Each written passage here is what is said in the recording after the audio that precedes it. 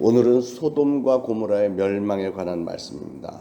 소돔 땅에 의인 10명만 있었더라도 하나님께서는 용서해 주셨을 텐데 소돔에는 의인이 10명이 없었습니다. 결론적으로는 소돔성에 의인이 10명이 없었기 때문에 멸망당했다 하는 것이죠. 마침내 하나님은 천사들을 소돔성에 보내서 멸망을 집행하도록 하십니다. 천사들이 소돔성에 들어가서 롯의 집에서 잠을 청하고자 하는데 소돔성 사람들이 다 몰려왔습니다. 5절에 보면 오늘 온 손님들 이끌어내라. 우리가 그들을 상관하리라.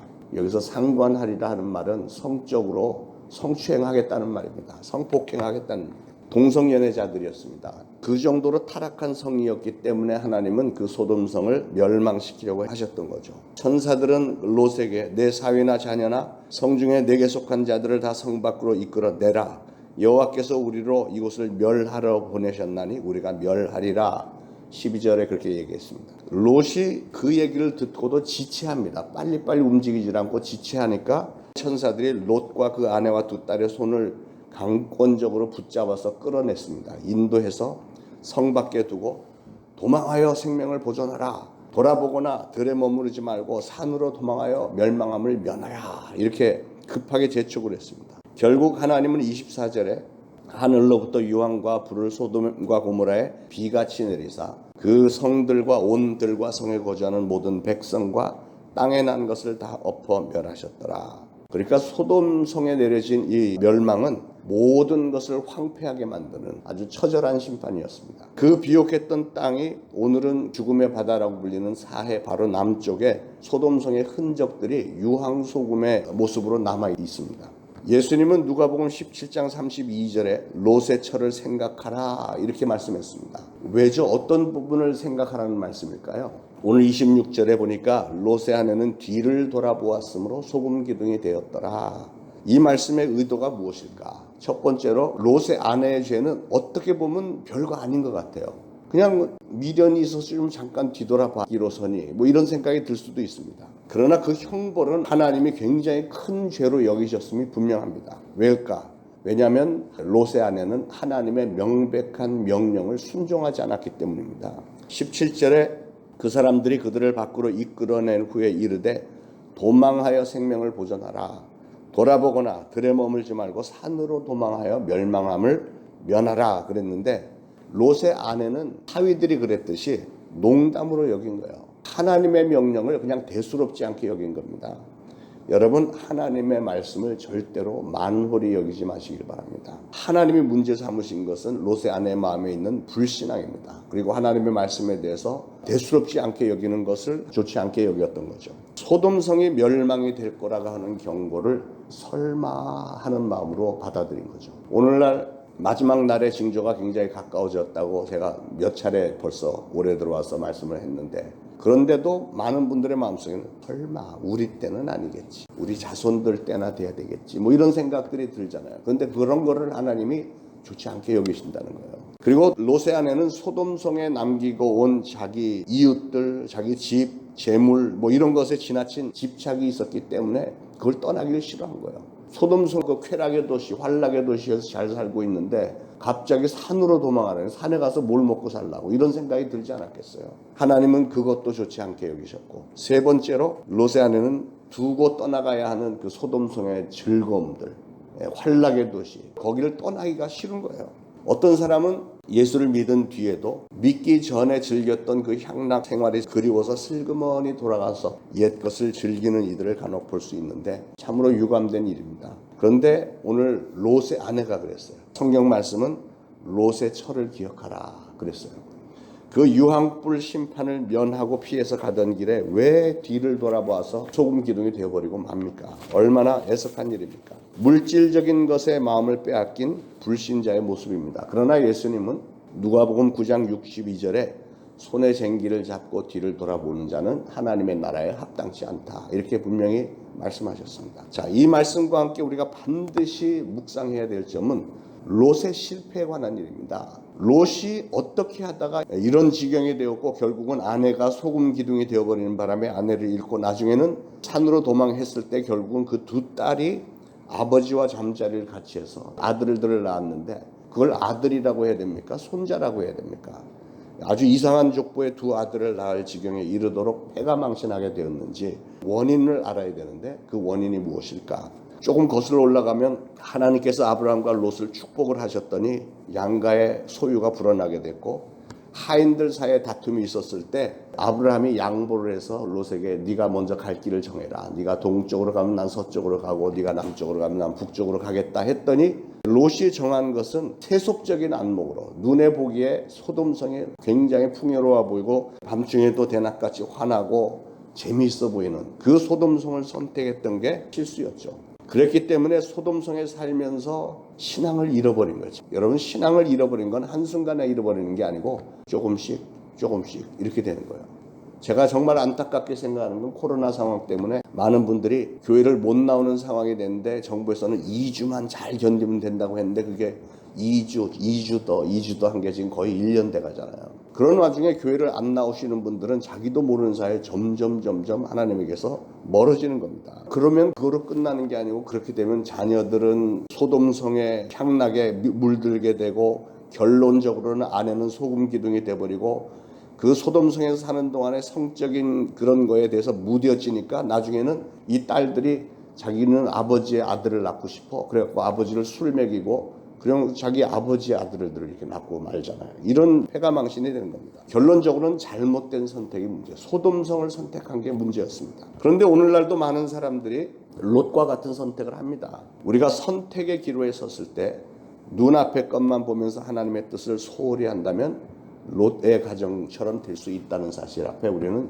깨어 있어야 됩니다. 그런데 여러분, 롯은 신앙이 전혀 없는 사람이 아니었습니다. 놀랍게도 베드로후서 2장 7절에 이런 말씀이 있어요.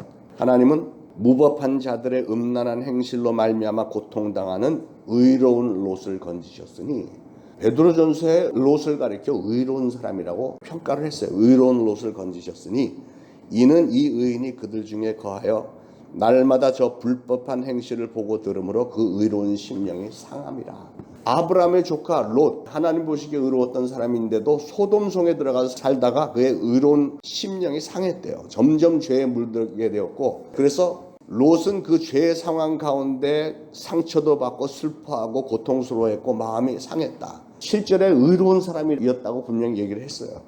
그런데 왜 하나님은 롯의 가정에 그렇게도 혹독한 심판을 내리셨을까? 롯은 자기의 믿음은 잘 지켰는지 모르지만 자기 아내와 딸들 그리고 사위, 자기 주변 사람들을 신앙으로 인도하는 일에는 실패한 겁니다. 그리고 그 소돔성의 사람들에게 신앙의 영향력을 전혀 행사하지 못했다는 문제도 있었습니다. 그래서 롯은 천사들이 빨리 나가라고 재촉을 할 때도 이미 거기에 물들어져서 신앙도 연약해졌고 세상에 대한 미련이 있었고 그랬기 때문에 머뭇거렸어요. 아니, 하나님이 천사를 보내서 빨리 도망하라 그러면 빨리 도망하지 머뭇거리고 막 왜 이럽니까? 그리고 결론적으로 도망할 때도 산으로 소돔과 고모라의 멸망 사건 주저했어요. 흥정을 합니다. 저 산에까지 가기는 좀 그러니까 저기 있는 조그만 성에 들어가게 해주세요. 이런 흥정을 해요.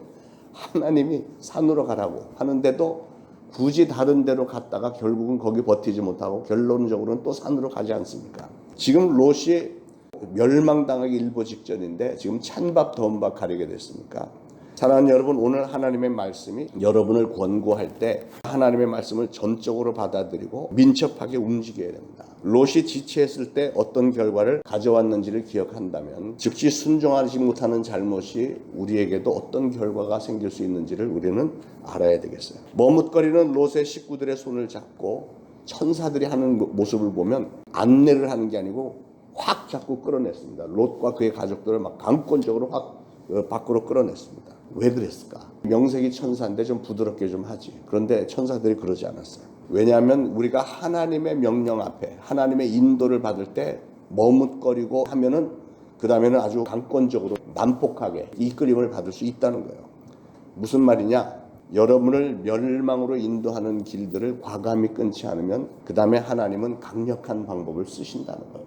사람들은 보면 무둔한 부분들이 있어갖고 한쪽에서는 알면서도 여전히 죄에 끌려다니죠. 그럴 때는 하나님께서 강력하게 치시잖아요. 미련한 자는 건강을 쳐야만 아이고 이거 큰일 났구나, 이거 더 이상 이러면 안 되겠구나. 또 재산이 막 날아가고 완전히 알거지가 되고 그 다음에 하나님 앞에 잘못했어요 하고 이렇게 나오는 경우들이 얼마나 많습니까? 그러나 그렇게라도 해서 깨닫는 사람이 복 있는 사람인 줄 믿으시기 바랍니다.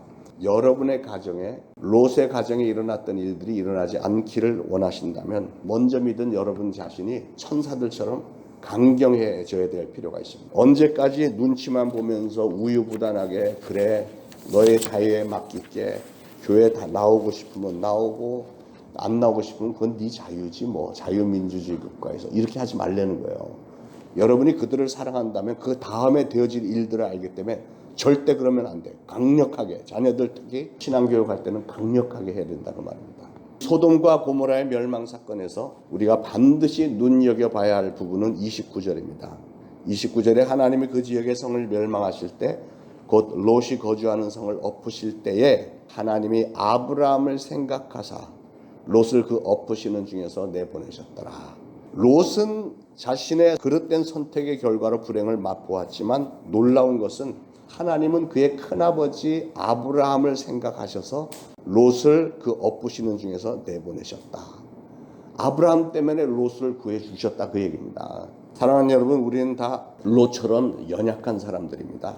하나님의 계속되는 경고에도 불구하고 우리는 늘 육신의 정욕과 안목의 정욕과 이생의 자랑을 따라가는 경향이 있습니다. 그러나 아브라함이 롯을 위해 하나님께 계속 간청했듯이 오늘 누군가가 여러분을 위해서 기도하고 있기 때문에, 또 여러분이 누군가를 위해서 기도한다면 우리의 그릇된 선택에도 불구하고 하나님은 그 중보기도를 들으셔서 엄청난 사랑으로 계속해서 끊임없이 우리를 멸망의 위험에서 건져내 주신다는 거예요. 그걸 믿으시고 우리는 항상 서로를 위해서 중보기도에 힘써야 됩니다. 여러분은 여러분 자신을 위해서도 물론 기도해야 되겠지만 여러분의 가족들, 여러분의 친구들, 구역 식구들, 여러분 주변에 특히 코로나 상황으로 인해서 교회를 나오지 못하다가 지금은 얘기를 나눠보면 완전히 이제 교회 나올 생각도 없어지는 그런 상황에 있는 사람들 위해서 눈물로 기도하셔야 됩니다. 항상 하나님 앞에 그렇게 간구하시므로 여러분의 자녀들이 절대로 소돔성처럼 멸망당하지 않게 되기를 축원합니다. 우리 찬양 하나 하시죠. 당신이 지쳐서 기도할 수 없고.